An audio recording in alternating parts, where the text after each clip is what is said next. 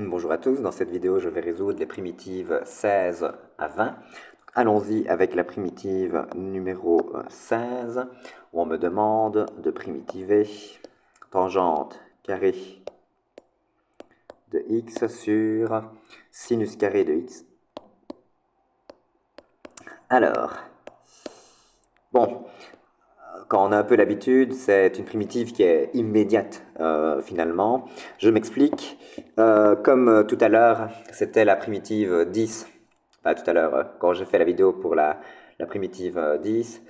C'est la même journée pour moi, mais peut-être pas pour vous. La primitive 10, donc c'était primitive de tangente de x sur le cosinus de x. Je vous avais dit, ne foncez pas tête baissée à vous creuser la tête, à essayer plein de choses qui ne vont pas fonctionner d'ailleurs. Pensez simplement à vous dire que tangente, ce n'est rien d'autre que sin sur cos. Ben ici, je vais vous faire la même chose. Tangente carré, c'est sinus carré sur cosinus carré. Donc, allons-y. Tangente carré, je peux le remplacer par sinus au carré de x sur cosinus carré de x, et donc je divise le tout par sinus carré de x dx. Alors autrement dit, pour y voir peut-être un peu plus clair, cela revient à dire que l'on doit calculer sinus carré de x sur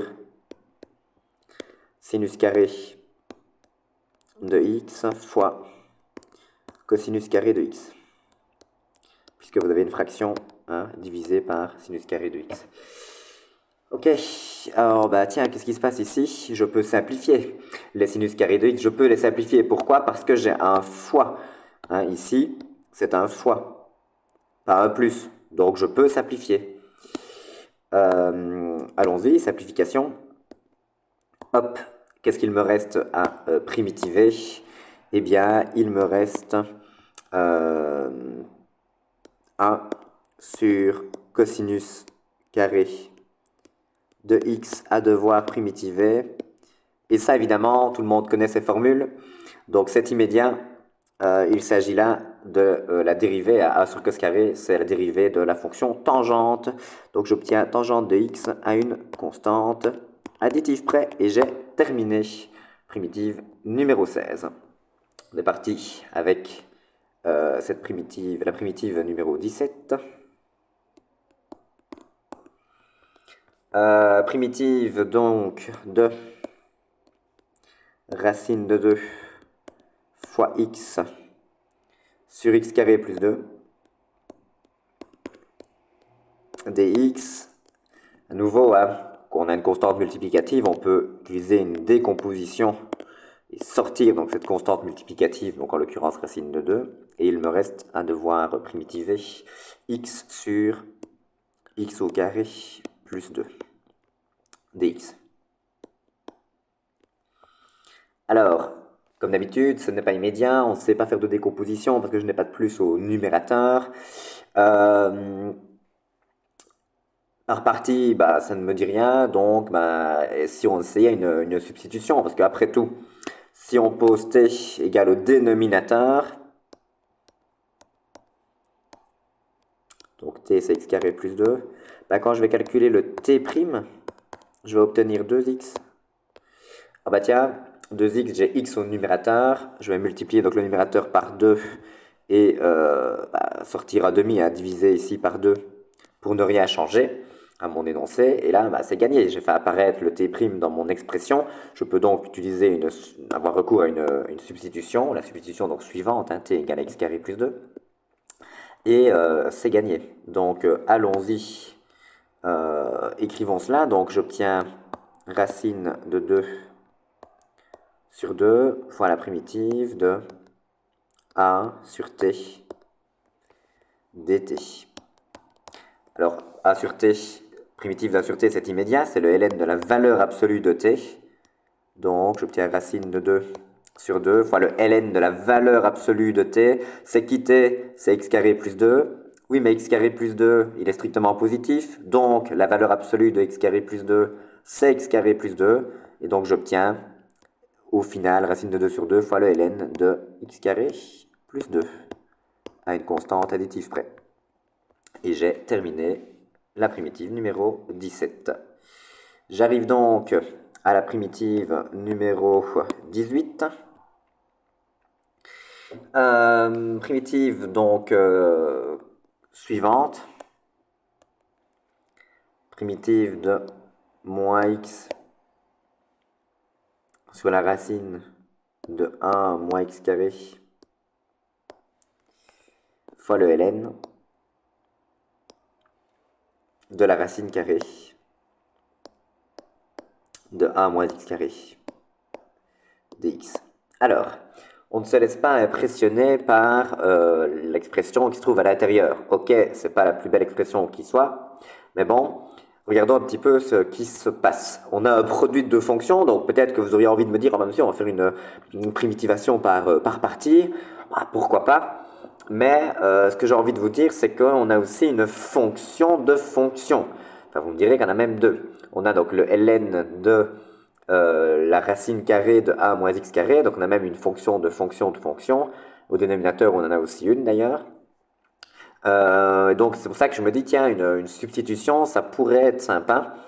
Et alors, ben, face à peut-être que ce n'est peut-être pas évident pour vous, mais moi ce que je constate, c'est que ce qui multiplie le ln, je me dis, ben, ce serait peut-être bien la dérivée de ce qui se trouve à l'intérieur du ln. Alors, peut-être que je me trompe, on verra bien, mais intuitivement, je me dis, tiens, si j'essayais de dériver la racine de 1 moins x carré, bah, je sais bien que j'aurais du 1 sur 2 fois la racine de 1 moins x carré.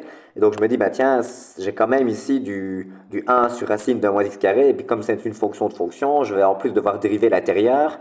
La dérivée de l'intérieur, c'est moins 2x. Donc je vais avoir aussi du x là au-dessus. Enfin, ça me parle. Donc je me dis, ok, je vais poser t égale à l'intérieur de la fonction ln. Donc racine de a moins x carré. Si je calcule le t', qu'est-ce que j'obtiens? Donc c'est une fonction de fonction, donc je dérive l'extérieur.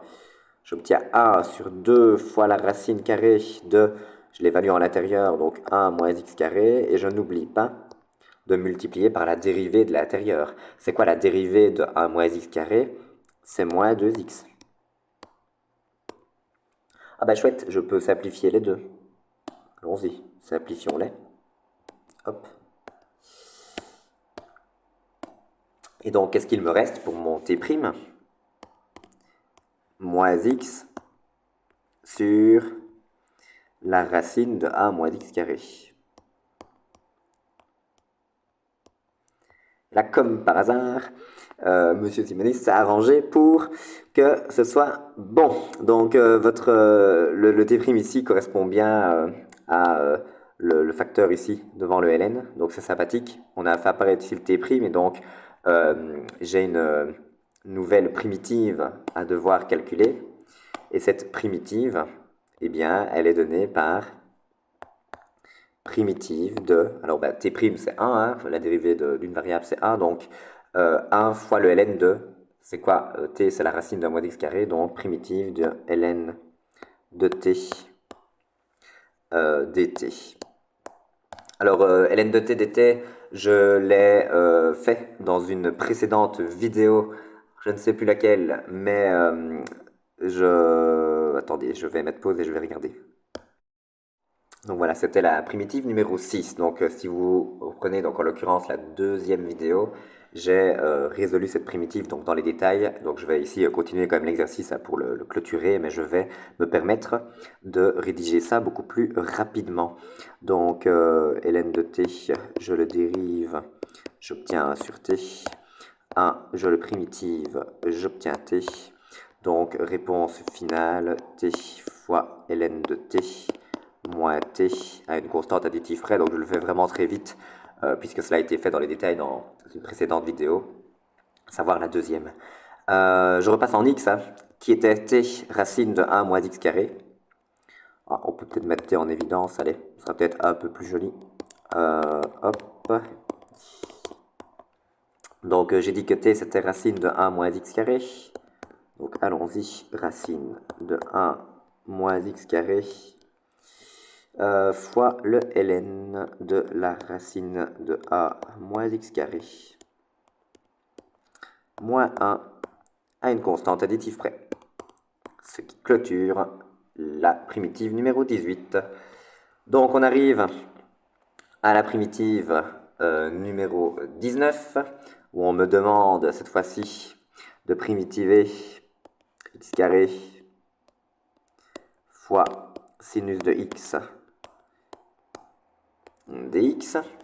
Alors, on a un polynôme qui multiplie la fonction sinus. Donc, automatiquement, normalement, vous devriez penser à j'ai un polynôme et j'ai une fonction, dans le mot alpes, ça correspondait au s, hein, sinus.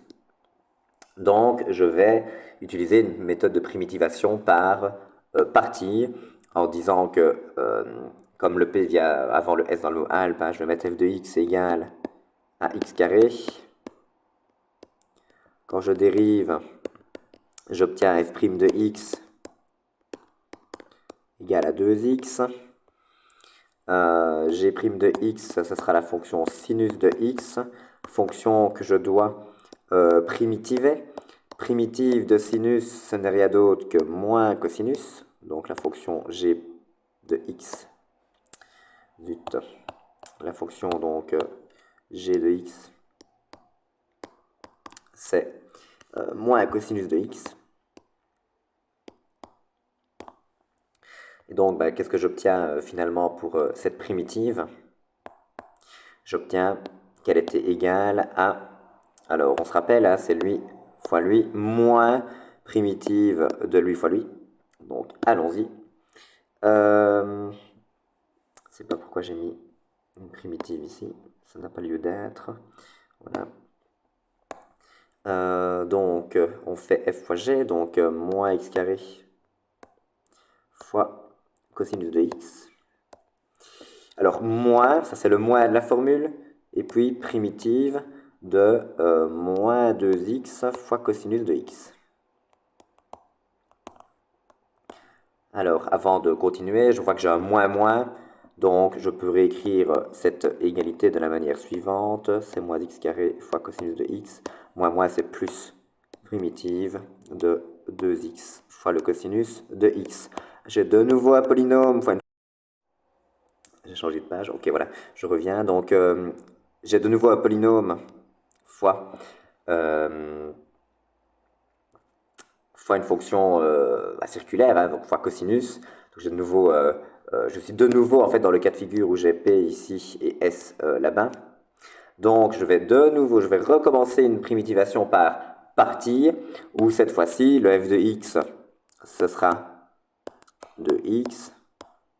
Quand vous dérivez cette fonction f de x, vous obtenez donc f' de x qui sera égal à 2.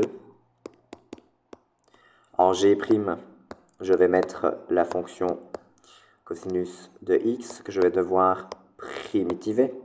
Primitive de cos, c'est sin. Et donc j'obtiens avec la fonction g de x, c'est le sinus de x. Et donc là, rebelote, hein. On fait lui fois lui moins la primitive de lui fois lui.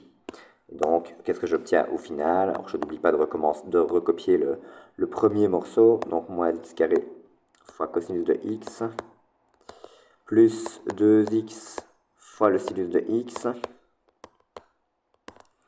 moins 2 fois la primitive de sinus de x. Ça vous me permettait d'aller un peu plus vite. J'ai déjà sorti le 2 par décomposition.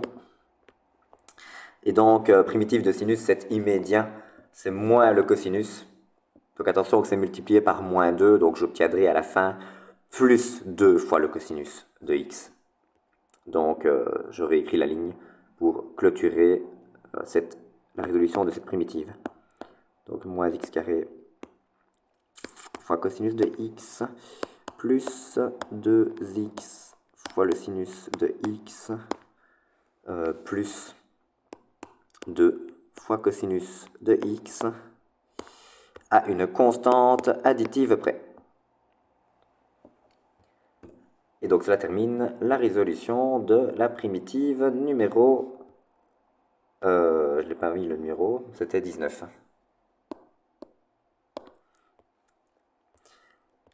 Et donc j'arrive à la résolution de la primitive numéro 20 qui clôturera donc cette quatrième vidéo.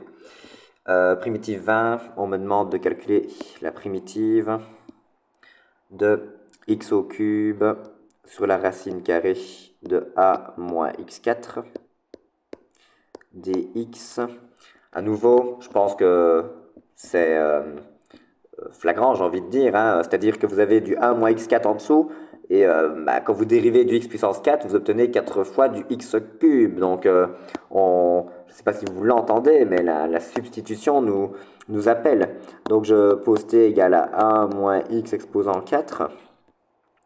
Quand je calcule le t', j'obtiens moins 4 fois x cube. On va dire masse, c'est pas moins 4x cube que j'ai en haut, c'est x cube. Ok, pas de problème, on va multiplier ici par moins 4. Et pour ne rien changer, je vais multiplier ici par moins 1 quart. Donc si je fais cela, je n'ai rien changé à mon énoncé. Et qu'est-ce que j'obtiens donc au total? Eh bien, je dois calculer moins 1 quart fois la primitive de 1 sur la racine de t. dt, 1 sur racine de t, je l'ai résolu dans les détails, donc plusieurs fois d'ailleurs. C'est une fonction qui est revenue plusieurs fois, à plusieurs reprises, notamment dans la première vidéo, primitive numéro 1, où elle est apparue. Donc je vais de nouveau aller plus vite. Donc ça fait moins 1 quart fois, alors a sur racine de t, ça n'est rien d'autre que 2 fois la racine de t quand on primitive, donc à une constante additive près. Je peux simplifier 2, ensuite, je me suis trompé. Donc je peux simplifier à nouveau le 2 ici et le 4. Il me restera donc un 2 en dessous. Et donc finalement, pas oublier de repasser en x, hein, comme d'habitude. Donc, qu'est-ce que je vais obtenir? J'obtiens comme réponse finale moins 1/2 fois la racine carrée de a moins x exposant 4 à une constante additive près. Et ça clôture cette primitive numéro 20 et cette quatrième vidéo. Je vous remercie pour votre attention.